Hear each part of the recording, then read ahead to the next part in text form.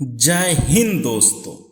आज मैं आप लोगों को सुनाने जा रहा हूं रिच डैड पुअर डैड का 5वां अध्याय, जिनका शीर्षक है टैक्स का इतिहास और कॉरपोरेशंस की ताकत, जिन्हें सुनने के बाद आप टैक्स के बारे में बारीकी से जानकारी जान लेंगे।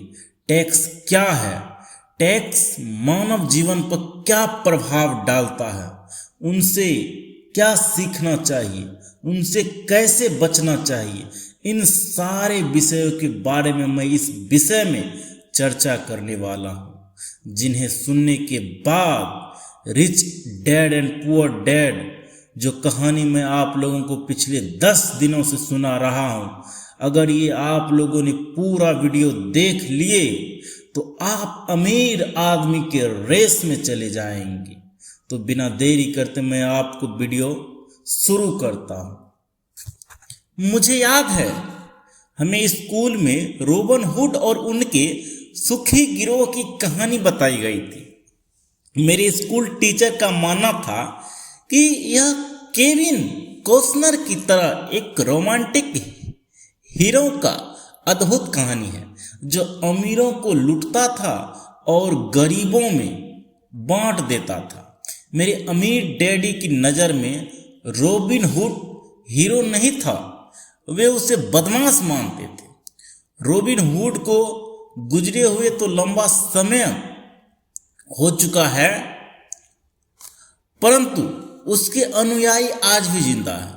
कितनी बार मैंने लोगों को यह कहते सुना है, इसके लिए अमीर लोग पैसे नहीं देते या अमीरों को और ज़्यादा टैक्स देना चाहिए और उसे गरीब में बांट देना चाहिए। रॉबिन हुड का यह विचार है कि अमीरों से लेकर गरीब में बांट दिया जाए, गरीब और मध्यम वर्ग के लोगों के लिए सर्वाधिक कष्ट का कारण है। इसी रॉबिन हुड आदर्श के कारण मध्यम वर्ग पर टैक्स का इतना भारी बोझ लदा है कि सच्चाई तो यह है कि अमीरों पर टैक्स नहीं लगता। गरीबों की भलाई के लिए जो पैसा लगता है वह मध्यम वर्ग से आता है। खासकर शिक्षित और ऊंची आमदनी वाले लोग मध्यम वर्ग से टैक्स के बारे में पूरी तरह से समझने के लिए हमें इसकी ऐतिहासिक पृष्ठभूमि को समझने की जरूरत है। हमने टैक्स के इतिहास को जानने की जरूरत है। हालांकि मेरे पढ़े लिखे डैडी शिक्षा के इतिहास पर कमाल का ज्ञान रखते थे, परंतु मेरे अमीर डैडी का इतिहास के विशेषज्ञ थे। अमीर डैडी ने माइक और मुझे यह समझाया कि इंग्लैंड और अमेरिका में पहले कोई टैक्स नहीं लगते थे। कभी कभार युद्ध का खर्च जुटाने के लिए कुछ समय के लिए टैक्स जरूर लगा करते थे। राजा या राष्ट्रपति मुंह से कह भर देता है और हर आदमी उसकी कही बात मानकर अपना सहयोग देता था। ब्रिटेन में 1799 से 1816 के बीच नेपोलियन से युद्ध के समय टैक्स लगाया गया था और अमेरिका में 1861 से 1865 के बीच हुए सिविल वॉर के खर्च को जुटाने के लिए टैक्स लगाया गया था।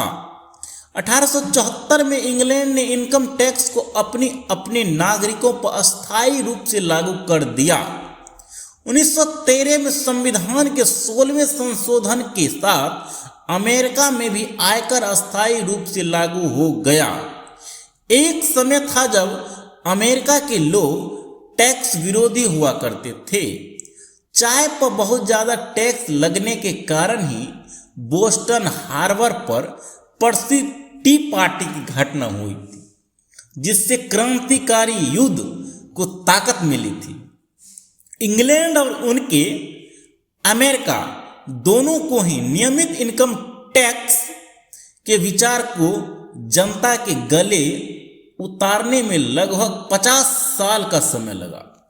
इन ऐतिहासिक तिथियों से हमें यह पता नहीं चल पाता है कि दोनों ही मामलों में टैक्स शुरू में केवल अमीरों पर लगाए गए थे।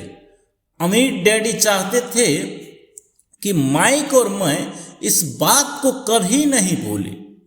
उन्होंने स्पष्ट किया कि टैक्स का विचार लोकप्रिय बना और उसे ज़्यादातर लोग ने सिर्फ इसलिए माना क्योंकि उन्हें यह बताया नहीं गया कि टैक्स अमीरों को सजा देने का और मध्यम वर्ग तथा गरीब को मदद देने का साधन है। इसी कारण जनता ने टैक्स कानून के समर्थन में वोट दी और वैधानिक बन गया। हालांकि इसका मकसद अमीरों को दंड देना है, परंतु दरअसल यह उन्हीं लोगों को दंड देता है जिन्होंने इसका समर्थन किया था, यानी गरीब लोग और मध्यम वर्गीय लोग। एक बार सरकार ने पैसे का स्वाद चख लिया तो उसकी भूख बढ़ती गई। अमीर डैडी ने कहा, तुम्हारे डैडी और मैं पूरी तरह विरोध में हैं। वह एक सरकारी ब्यूरोक्रेट और मैं एक पूंजीपति हूं। हमें विपरीत व्यवहार के कारण पैसे मिलते हैं और हमारी सफलता अलग अलग मानदंडों पर तौली जाती है। उन्हें पैसा खर्च करने और लोगों को काम देने के लिए पैसा दिए जाते हैं। वे जितना खर्च करते हैं और जितने ज़्यादा लोगों को काम पर रखते हैं उनका संगठन उतना ही बड़ा होता है। सरकार में जितना बड़ा उनका संगठन होता है उतना ही ज़्यादा सम्मान उन्हें दिया जाता है। दूसरी तरफ मेरे संगठन में मैं जितने कम लोगों को रखूं और जितने कम पैसा खर्च करूं, मेरे निवेशक मेरा उतना ही ज़्यादा सम्मान करते हैं। इसीलिए मैं सरकारी आदमियों को पसंद नहीं करता। उनके लक्ष्य बिजनेस के ज़्यादातर लोगों से हटकर होते हैं। जैसे जैसे सरकार के कर्मचारी बढ़ते हैं उन्हें तनख्वाह देने के लिए उतने ही ज़्यादा टैक्स की ज़रूरत होती है। मेरे पढ़े लिखे डैडी इस बात में भरोसा करते थे कि सरकार के लोगों को मदद करनी चाहिए। वे जॉन एफ कैनेडी से प्रेम करते थे और खासकर पीस कोपर्स के विचार से वे इस विचार को इतना ज़्यादा चाहते थे कि वे और मेरी माँ दोनों ही पीस कोपर्स के लिए काम करते थे और मलेशिया, थाईलैंड और फिलीपींस जाने वाले स्वयं सेवक को प्रशिक्षित करते थे। वे हमेशा अतिरिक्त अनुदानों और बजट में बढ़ोतरी की कोशिश करते थे ताकि वे ज़्यादा लोगों को भर्ती कर सके। ऐसा वो शिक्षा विभाग की अपनी नौकरी में भी करते थे और पीस कोपर्स में भी यह उनका काम था। जब मैं 10 साल का था तब से मैं अपने अमीर डैडी से यह सुनता आया हूँ कि सरकारी कर्मचारी आलसी चोरों का गिरोह है और मेरे गरीब डैडी में यह सुनता हूँ कि अमीर लोग लालची और बदमाश होते हैं जिनसे सरकार को ज़्यादा टैक्स लेना चाहिए। दोनों ही विचारों के पक्ष में तर्क दिए जा सकते हैं। मेरे लिए यह बहुत मुश्किल था क्योंकि यह एक तरफ तो मैं शहर के सबसे बड़े उद्योगपति में से एक के लिए काम करता था और दूसरी तरफ जब मैं घर आता था तो वहाँ मेरे डैडी होते थे जो एक नामी सरकारी नेता थे।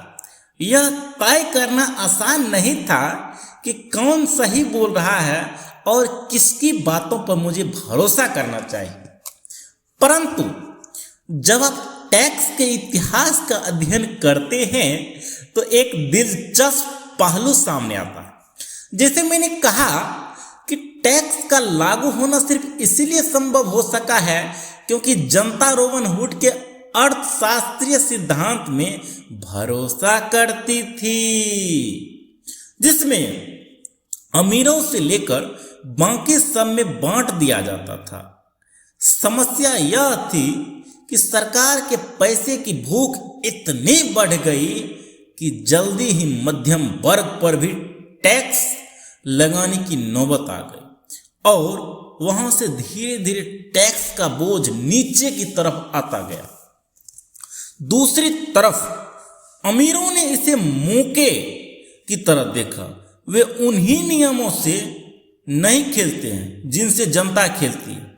जैसे मैंने बताया है कि अमीर पहले ही कॉरपोरेशन के बारे में जानते थे जो पानी के जहाज के दिनों में लोकप्रिय हुए थे।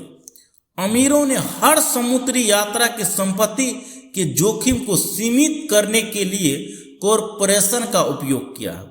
अमीर लोग हर समुद्री मुद्रा यात्रा के लिए पैसा जुटाने के लिए कॉरपोरेशन में अपना पैसा डालते थे। फिर यह कॉरपोरेशन न्यू वर्ल्ड में खजाने की खोज के लिए नाविकों को भर्ती करता था। अगर जहाज डूब जाता था तो नाविकों को जान जाती थी, परंतु अमीर लोगों को सिर्फ इतना ही नुकसान होता था कि उनका वह पैसा डूब जाता था जो उन्होंने उस समुद्री यात्री के लिए दिया था।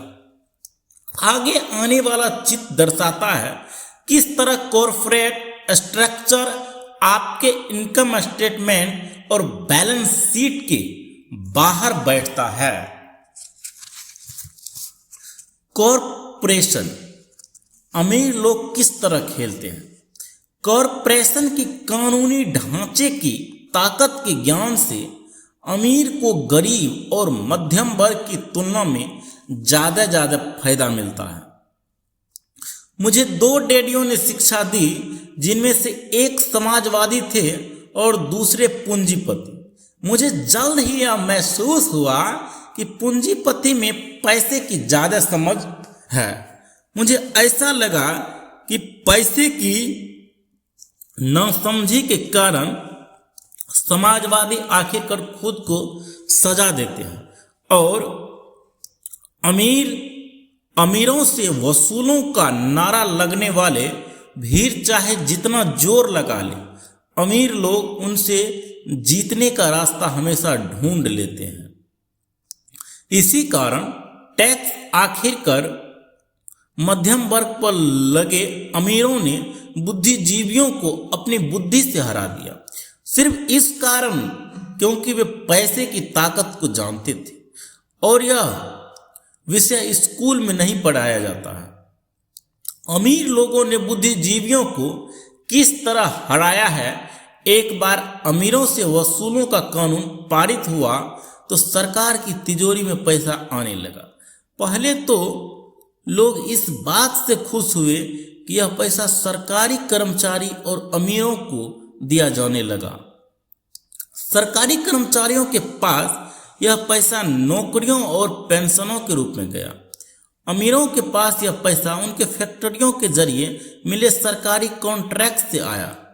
सरकार के पास ढेर सारे पैसे थे, परंतु उस पैसे की मैनेजमेंट की समस्या थी। उसमें रिस्क कल्यूशन नहीं थे।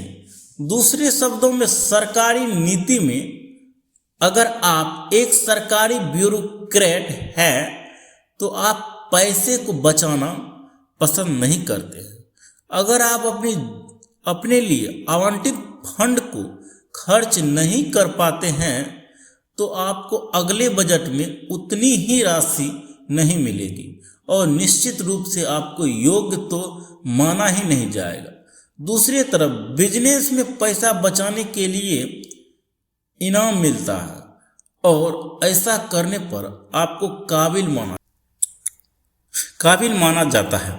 जब बढ़ते हुए सरकारी खर्चों का यह चक्र चलता रहता है तो पैसे की मांग बढ़ी हुई और अमीरों से टैक्स वसूलों के विचार में और कम अमीर लोगों को भी शामिल कर लिया गया।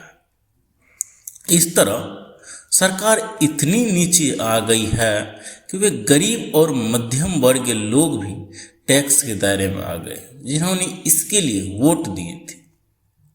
सच्ची पूंजीपतियों ने बचने का तरीका खोजने के लिए अपने पैसे की समझ का प्रयोग किया। वे कॉरपोरेशन की सुरक्षा में चले गए। कॉरपोरेशन अमीर लोगों को सुरक्षा देता है, परंतु कई लोग जिन्होंने कभी कॉरपोरेशन नहीं बनाया या नहीं जानते हैं कि कॉरपोरेशन जैसी कोई चीज नहीं होती है। कॉरपोरेशन केवल एक फाइल का फोल्डर होता है जिसमें कुछ कानूनी दस्तावेज लगे होते हैं और जो राज्य सरकार की एजेंसी में दर्ज होकर किसी वकील के ऑफिस में रखा जाता है। यह कोई बड़ी बिल्डिंग नहीं होता है जिसके बाहर कॉरपोरेशन का नाम लिखा होता। यह एक फैक्ट्री या लोगों का यह समूह नहीं होता है। कॉरपोरेशन केवल एक कानूनी दस्तावेज है जो एक ऐसी कानून बना देता है जिसकी कोई आत्मा नहीं होती। अमीरों की संपत्ति एक बार फिर सुरक्षित हो गई। एक बार फिर कॉरपोरेशन का प्रयोग लोकप्रिय हो गया। यह अस्थायी इनकम टैक्स कानून को पारित होने के बाद हुआ है, क्योंकि कॉरपोरेशन के लिए इनकम टैक्स की दर व्यक्तिगत इनकम टैक्स की दर से कम थी। इसीलिए इसके अलावा, जैसा पहले बताया जा चुका है, कॉरपोरेशन द्वारा कुछ खर्च टैक्स चुकाने से पहले किए जा सकते हैं। अमीरों और गरीबों के बीच यह लड़ाई सदियों से चली आ रही है। अमीरों से वसूलों का नारा लगने वाली भीड़ अमीरों के हमेशा खिलाफ रही। यह लड़ाई तब छिड़ती है जब कानून बनते हैं और यह लड़ाई अनंत काल तक चलती रहेगी। समस्या यह है कि जो लोग हारते हैं उनमें समझ की कमी है। हारने वाले लोग वे हैं जो हर सुबह उठकर तैयार होते हैं और अपनी नौकरी में कड़ी मेहनत करते हैं और उस पर टैक्स देते हैं। अगर वे यह समझ पाते कि अमीर लोग किस तरह पैसे के खेल खेलते हैं, तो भी इस खेल को उसी तरह से खेल सकते हैं। फिर भी वे पैसे से आज़ाद हो सकते हैं और अमीर बन सकते हैं। इसीलिए मैं हर बार सिहर जाता हूँ जब मैं किसी को, अपने बच्चों को यह सलाह देते सुनता हूँ कि स्कूल जाओ ताकि सुरक्षित नौकरी मिल सके। जिस कर्मचारी में पैसे की समझ नहीं है वह बच नहीं सकता, चाहे उसकी नौकरी कितनी भी सुरक्षित क्यों ना हो। औसत अमेरिकी व्यक्ति आज सरकार के लिए 5 से 6 महीने तक काम करता है ताकि वह टैक्स चुकाने के लिए पैसा जमा कर सके। मेरे विचार में यह समय बहुत ज़्यादा है। आप जितनी ज़्यादा मेहनत करते हैं आपको सरकार को उतना ही ज़्यादा टैक्स देना पड़ता है। इसीलिए मेरा मानना है कि अमीरों से वसूलों का नारा उन्हीं लोगों पर भारी पड़ गया है जिन्होंने इसके लिए वोट दिया था। हर बार लोग अमीरों को सजा देने की कोशिश करते हैं। अमीर लोग चुपचाप उसका पालन नहीं करते हैं, बल्कि वे पलटकर वार करते हैं। उनके पास पैसा की ताकत और इरादा होता है जिनके दम पर वे चीज़ों को बदल सकते हैं। वे चुपचाप बैठकर स्वेच्छा से ज़्यादा टैक्स नहीं चुकाते। वे ऐसे तरीके खोजते हैं जिनसे उन पर टैक्स का कम से कम बोझ पड़े। इसीलिए वे चतुर और स्मार्ट वकीलों तथा अकाउंट्स की सेवाएं लेते हैं और राजनेताओं को मानते हैं कि वे कानून बदले या कानून बचाव के रास्ते बनाए। उनके पास परिवर्तन करवाने के लिए जरूरी संसाधन होते हैं। अमेरिका का टैक्स कानून भी टैक्स बचाने के लिए कई रास्ते प्रदान करता है। इनमें से ज़्यादातर रास्ते हर एक के लिए खुले हैं, परंतु इनका सामान्यतः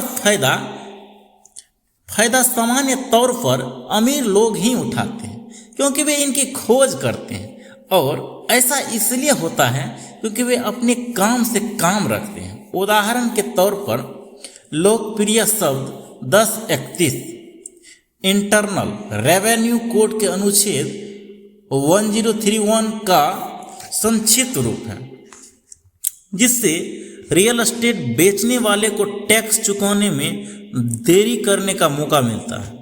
अगर वह ज़्यादा महंगे रियल एस्टेट को खरीदते हैं और सौदेबाजी में फ़ायदा नहीं लेता है, तो रियल एस्टेट एक ऐसी पूंजी निवेश है जो इतना बड़ा टैक्स लाभ देता है। जब तक आप कम कीमतों की प्रॉपर्टी बेचकर ऊंची कीमतों में प्रॉपर्टी खरीदते हैं, तो आपको तब तक टैक्स नहीं देना पड़ता है जब तक कि आप उसे नगद ही न रखना चाहे। जो लोग कानून द्वारा दी गई इन टैक्स की छूट का लाभ नहीं उठाते हैं, वे अपने संपत्ति वाले कॉलम को बनाने का एक बहुत बड़ा मौका खो देते हैं। गरीब और मध्यम वर्ग के पास उतने संसाधन नहीं होते हैं, वे चुपचाप बैठे रहते हैं और सरकार की सुइयों को अपने बाहों पर लगने देते हैं और ब्लड डोनेशन की इजाज़त दे देते हैं। आज मैं ज़्यादा टैक्स चुकाने वाले या कम छूट लेने वाले लोगों की संख्या से लगातार स्तब्ध रहता हूँ, और ऐसा सिर्फ इसलिए करते हैं क्योंकि वे सरकार से डरते हैं और जानता हूँ कि सरकारी टैक्स एजेंट कितना डरावना होता है। मेरे कुछ दोस्त थे जिनके बिजनेस बंद हो गए और इसके लिए सरकार दोषी थी। मुझे यह सब पता है, परंतु जनवरी से लेकर मई के पहले पखवाड़े तक सरकार के लिए काम करना एक बहुत बड़ी कीमत है जो हम टैक्स के डर के कारण चुकाते हैं। मेरे गरीब डैडी ने कभी पलटकर वार नहीं किया। मेरे अमीर डैडी ने भी ऐसा नहीं किया। उन्होंने केवल खेल को चतुरता से खेला है और उन्होंने ऐसा कॉरपोरेशन के माध्यम से किया है, जो अमीरों का सबसे बड़ा रहस्य है।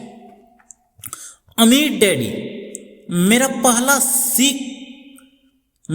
पहला सीखा गया सबक आपको याद होगा। मैंने 9 साल के बच्चा था और मुझे उनसे बात करने के लिए बहुत समय का इंतज़ार करना पड़ा था। मैं अक्सर उनके ऑफिस में बैठकर उनका घंटों इंतज़ार करता था। वे जानबूझकर मुझे नज़रअंदाज करते रहते थे। वे चाहते थे कि मैं उनकी ताकत को पहचानूं और एक दिन खुद भी इतना ही ताकतवर बनना चाहूं जितना भी समय तक मैंने उनके मार्गदर्शन में पढ़ा और सीखा। उन्होंने मुझे हमेशा याद दिलाया कि ज्ञान ही ताकत है और पैसे के साथ जो बड़ी ताकत आती है उसे बनाए रखने के लिए और उसे कई गुना करने के लिए सही ज्ञान की जरूरत होती है। उस ज्ञान के बिना संसार आपको इधर से उधर धक्का देते रहते हैं, धक्का मारता रहता है। अमीर डैडी हमेशा माइक और मुझे यह याद दिलाया करते थे कि सबसे ज़्यादा डरावना व्यक्ति बॉस या सुपरवाइजर नहीं होता, बल्कि टैक्समैन होता है। ज़्यादा से ज़्यादा वसूल कर लेगा। पैसा मेरे लिए काम करे, मैं पैसे के लिए काम न करूं। मेरा यह पहला सबक दरअसल ताकत के बारे में है। अगर आप पैसे के लिए काम करते हैं तो आप ताकत को अपने बॉस के हाथ में दे देते हैं। अगर आपका पैसा आपके लिए काम करता है तो आपके ताकत को अपने पास रखते हैं और उसे काबू में रखते हैं। एक बार हमें हमारे लिए काम करने वाले पैसे की ताकत का ज्ञान हो जाए, फिर हमें पैसे के लिहाज से स्मार्ट हो जाना चाहिए और हमें डराने वाले लोगों से निपटने के लिए रास्ते ढूंढ लेने चाहिए। इसके लिए आपके पास कानून की समझ होनी चाहिए और इस बात की भी सिस्टम कैसे काम करता है। अगर आप अज्ञानी हैं तो आप आसानी से डराया जा सकता है। अगर आप जानते हैं कि आप क्या बात कर रहे हैं तो आपके पास बचने का मौका होता है। इसीलिए अमीर डैडी स्मार्ट टैक्स अकाउंट्स और वकीलों को इतना ज़्यादा वेतन देते थे। वकीलों को वेतन देना सरकार को टैक्स देने से रास्ता था। मेरे लिए उनका सर्वश्रेष्ठ सबक था, स्मार्ट बनो ताकि तुम्हें इधर उधर धक्के ना दिए जा सके। और मैंने जिंदगी भर इसे अपनाया है। वे कानून जानते थे क्योंकि वे कानून का आदर करते थे। वे कानून जानते थे क्योंकि कानून न जानना बहुत महंगा साबित हो सकता था। अगर आप जानते हैं कि आप सही हैं तो आप किसी से भी उलझने से नहीं डरेंगे, चाहे आपका मुकाबला रोबन हुड और उसके गिरोह से क्यों ना हो। मेरे पढ़े लिखे डैडी मुझे हमेशा प्रेरित करते थे कि मैं किसी कॉरपोरेशन में बढ़िया सी नौकरी खोलूं। वे मुझे हमेशा उन अच्छाइयों के बारे में बताते थे जो कॉरपोरेट सीढ़ी पर चढ़ने से हासिल की जा सकती थी। वे यह नहीं समझा पाते थे कि कॉरपोरेट नियोक्ता से मिलने वाले वेतन के चेक पर पूरी तरह निर्भर रहने से मैं एक ऐसे दुधारू गाय बन जाता था जिसे दुहा जा सकता था। जब मैंने अपने अमीर डैडी को अपने डैडी की सलाह बताई तो केवल हंसे। उन्होंने सिर्फ यही कहा, सीढ़ी का मालिक ही क्यों न बन जाए। बचपन में मुझे यह समझ नहीं आया था कि अपने कॉरपोरेशन के मालिक होने से अमीर डैडी का क्या मतलब था। यह एक ऐसा विचार था जो असंभव और डरावना लग रहा था। हालांकि मैं इस विचार से रोमांचित था, परंतु मेरी कम उम्र में भी इस संभावना पर विचार ही नहीं कर पा रहा था कि वयस्क लोग किसी दिन मेरी कंपनी में काम करेंगे। मुद्दे की बात यह है कि अगर अमीर डैडी नहीं होते तो मैं अपने पढ़े लिखे डैडी की सलाह का पालन कर रहा होता। मेरे अमीर डैडी के बार बार याद दिलाने के कारण ही मेरे अपने कॉरपोरेशन का विचार जीवित रहा और यह मुझे एक अलग राह पर चलाता रहा। जब मैं 15-16 साल का था तो मैं जानता था कि मैं उस राह पर नहीं चलने वाला हूँ जो मेरे पढ़े लिखे डैडी ने बताई। मैं नहीं जानता था कि मैं ऐसा किस तरह करूँगा, परंतु मैंने दृढ़ निश्चय कर लिया था मैं भीड़ के साथ नहीं चलूँगा और उस दिशा में नहीं जाऊँगा जिस तरफ मेरी सहपाठी जा रहे थे। इस फैसले ने मेरी जिंदगी बदल दी। जब तक मैं 25 साल का हुआ तब तक मेरे अमीर डैडी की सलाह मुझे पूरी तरह समझ में नहीं आई थी।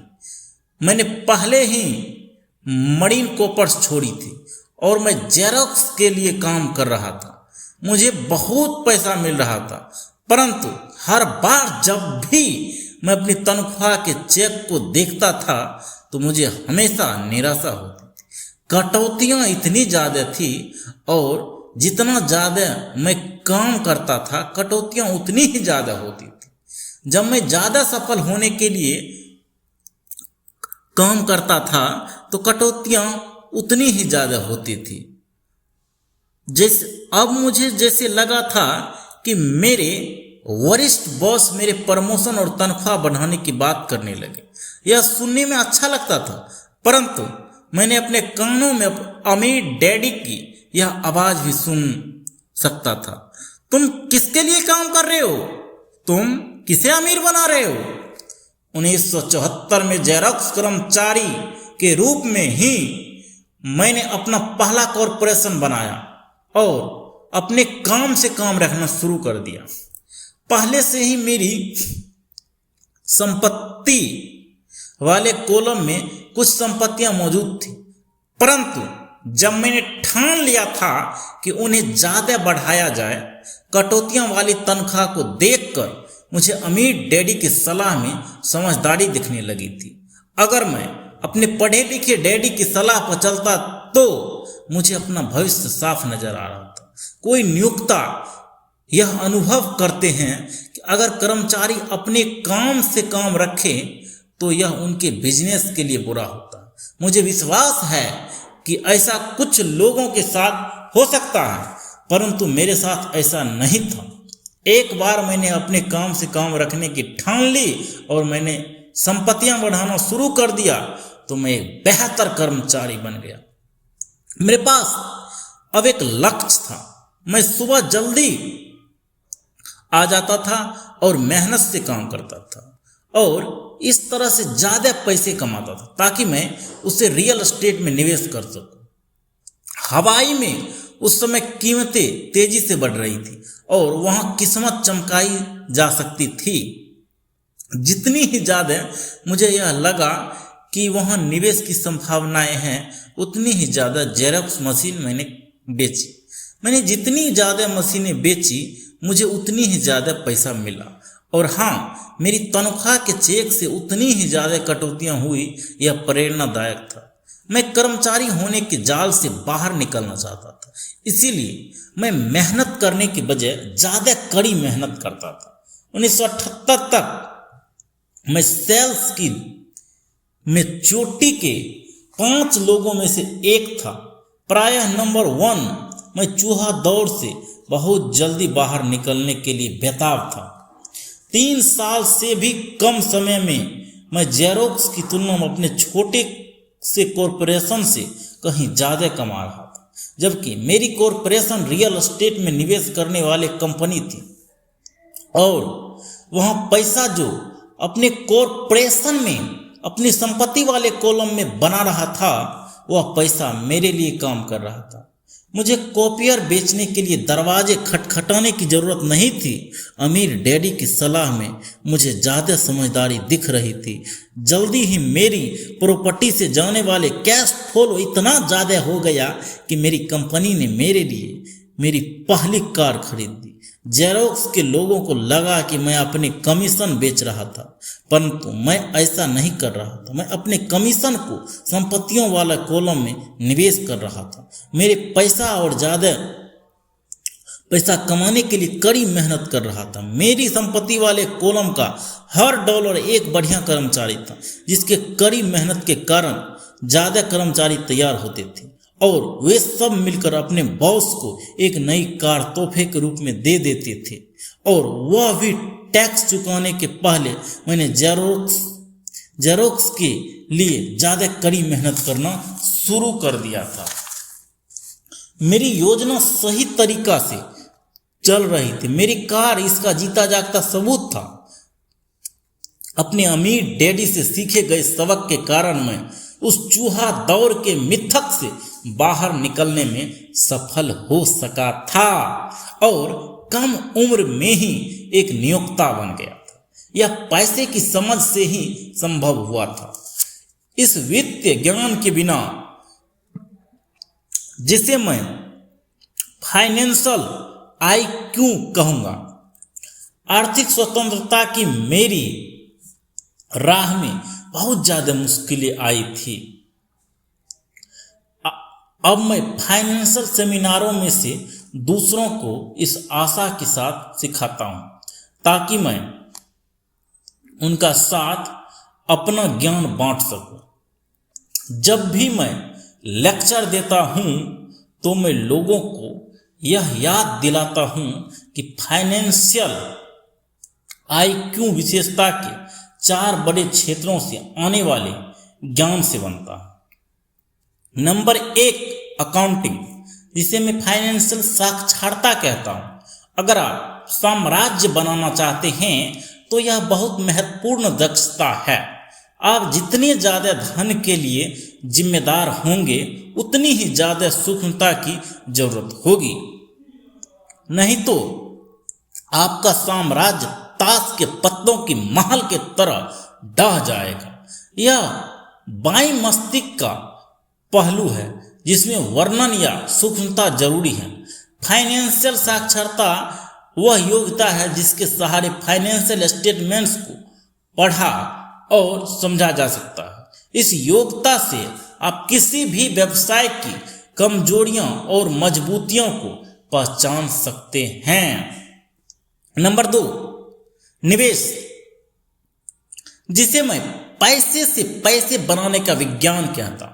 इसमें तकनीकी रणनीति और फॉर्मूले की जरूरत है। यह मस्तिष्क का दायां पहलू है, यानी रचनात्मक पहलू है। नंबर 3 है बाजार की समझ। मांग और पूर्ति का विज्ञान बाजार संचालित हो। बाजार के तकनीक पहलुओं को जानने की जरूरत है जो भावनाओं द्वारा संचालित होते हैं। 1996 में मैं क्रिसमस के दौरान टिकल मी एल्मो डॉल प्रकरण भी तकनीक या भावनाएं द्वारा संचालित बाजार का उदाहरण है। बाजार का दूसरा तत्व निवेश की मूलभूत या आर्थिक समझ है। क्या किसी निवेश में समझदारी है या वर्तमान बाजार की परिस्थितियों के हिसाब से ऐसा करना नासमझी है? कई लोग यह सोचते हैं कि बाजार को समझना या निवेश की अवधारणा बच्चों को समझ में नहीं आएगी क्योंकि यह जटिल होती है। वे यह नहीं देख पाते कि बच्चे ने इस विषय को अनुभूति से समझ लेते हैं। जो लोग एल्मो डॉल से परिचित नहीं होंगे उनके लिए यह एक सीसम स्ट्रीट कैरेक्टर थी जिसे क्रिसमस के पहले बच्चों में खूब प्रचारित किया गया था। लगभग सभी बच्चे इसे खरीदना चाहते थे और अपनी क्रिसमस सूची में उन्होंने इसे सबसे ऊपर रखा था। परंतु क्रिसमस के लिए इसका विज्ञापन करने के बाद जब यह बाजार से गायब हो गई तो कई लोगों यह सोचने लगे कि कहीं कंपनी ने जानबूझकर तो इसे बाजार से गायब नहीं कर दिया। इसकी मांग बहुत ज़्यादा थी और पूर्ति बहुत कम, इसीलिए बाजार में भगदौड़ और हड़बड़ी का माहौल बन गया था। स्टोर्स में जब खरीदने के लिए कोई डील नहीं बची तो दुकानदार और दूसरे खिलौने बनाने वाले ने इसे मुनाफा कमाने का मौका देखा। जिन्हें डॉल नहीं मिल पाई थी वे दुर्भाग्यशाल से मम्मी डैडी क्रिसमस के लिए कोई दूसरा खिलौना खरीदने के लिए मजबूर हो गए। टिकल मी एल्मो डॉल की अविश्वसनीय लोकप्रियता मेरी समझ में नहीं आई, परंतु यह मांग और पूर्ति के अर्थशास्त्र का बढ़िया उदाहरण है। यही बात स्टॉक बाउंड रियल एस्टेट और बेसबॉल कार्ड बाजारों पर लागू होता है। नंबर 4 है कानून। उदाहरण के तौर पर अकाउंटिंग, निवेश और बाजारों की तकनीक दक्षताओं के सहारे कॉरपोरेशन का प्रयोग विस्फोटक वृद्धि प्रदान कर सकता है। कोई भी आदमी जिसे कॉरपोरेशन द्वारा दिए जाने वाले टैक्स फायदों और सुरक्षा का ज्ञान हो वह बहुत ज़्यादा तेजी से तरक्की कर सकता है और अमीर बन सकता है, जो किसी कर्मचारी या छोटे बिजनेस के मालिक के लिए संभव नहीं है। इसमें उतना ही अंतर है जितना पैदल चलने वाले और उड़ने वाले में होता है। यह अंतर बहुत ज़्यादा हो जाता है जब हम इसे दीर्घकालीन संपत्ति के संदर्भ में देखते हैं। एक टैक्स लाभ, एक कॉरपोरेशन कई ऐसी चीजें कर सकता है जो एक आदमी नहीं कर सकता, जैसे कि यह टैक्स देने के लिए पहले खर्च कर सकता है।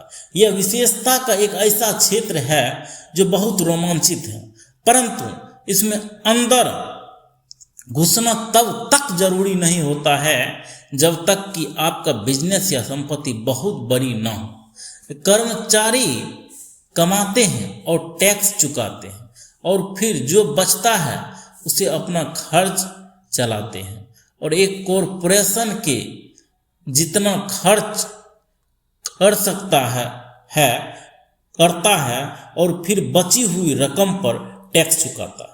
यह अमीरों द्वारा इस्तेमाल किए जाने वाला सबसे बड़ा कानून बचाव का रास्ता है। इन्हें बनाना आसान है और बहुत ज़्यादा महंगा नहीं है, बशर्ते कि आपके पास अपने खुद के निवेश के लिए जो अच्छा कैश फ्लो दे रहा हो। उदाहरण के तौर पर अपने कॉरपोरेशन का फायदा यह है कि घूमने जाने का कार्यक्रम हवाई में बोर्ड मीटिंग बन जाता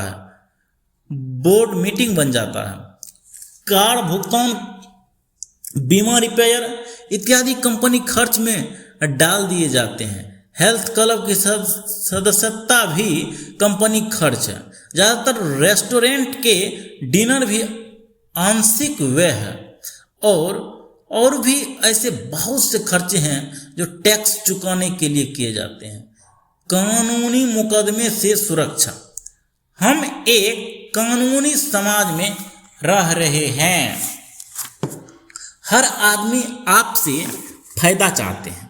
अमीर लोग अपने क्रेडिट से अपनी ज़्यादातर संपत्ति को छुपाने के लिए कॉरपोरेशंस और ट्रस्ट्स का सहारा लेते हैं। जब भी कोई किसी अमीर आदमी पर दावा ठोकता है तो उसे यह पता चलता है कि वह कानूनी कवच से घिरा हुआ है और दरअसल उसे अमीर आदमी के पास कोई संपत्ति है ही नहीं।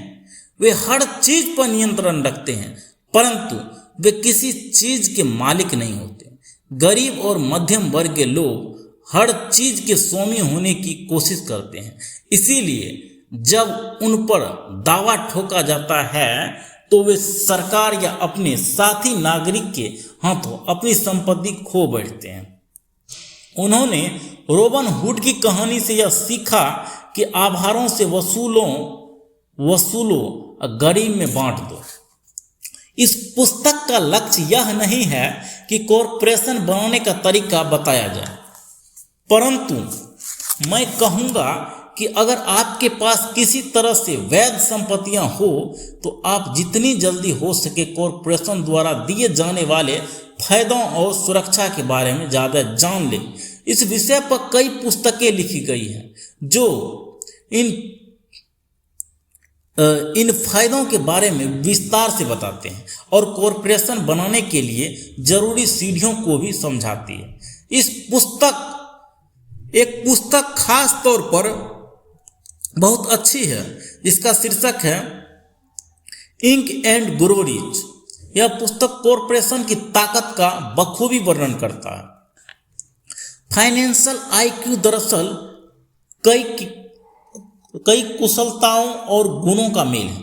मैं तो यही कहूँगा कि ऊपर बताई गई 4 तकनीक दक्षताओं का सामान्यतः जो मूलभूत फाइनेंशियल ज्ञान का आधार है। अगर आप बहुत ज़्यादा पैसे कमाना चाहते हैं तो इन दक्षताओं के सामान्य से आपका फाइनेंशियल ज्ञान बहुत ज़्यादा बढ़ जाएगा। संक्षेप में, कॉरपोरेशन के मालिक अमीर लोग कमाते हैं, खर्च करते हैं, टैक्स चुकाते हैं। कॉरपोरेशन के लिए काम करने वाले कर्मचारी कमाते हैं, टैक्स चुकाते हैं, खर्च करते हैं। आपकी संपूर्ण फाइनेंशियल रणनीति के लिए हम आपकी संपत्तियों के चारों तरफ कॉरपोरेशन का कवच लपेटने की बहुत ज़्यादा सलाह देते हैं। धन्यवाद। अगर आप लोगों को यह वीडियो पसंद आए तो मेरे चैनल नकुल मलखान को ज़रूर सब्सक्राइब कर दीजिएगा एवं लाइक कर दीजिएगा। जय हिंद।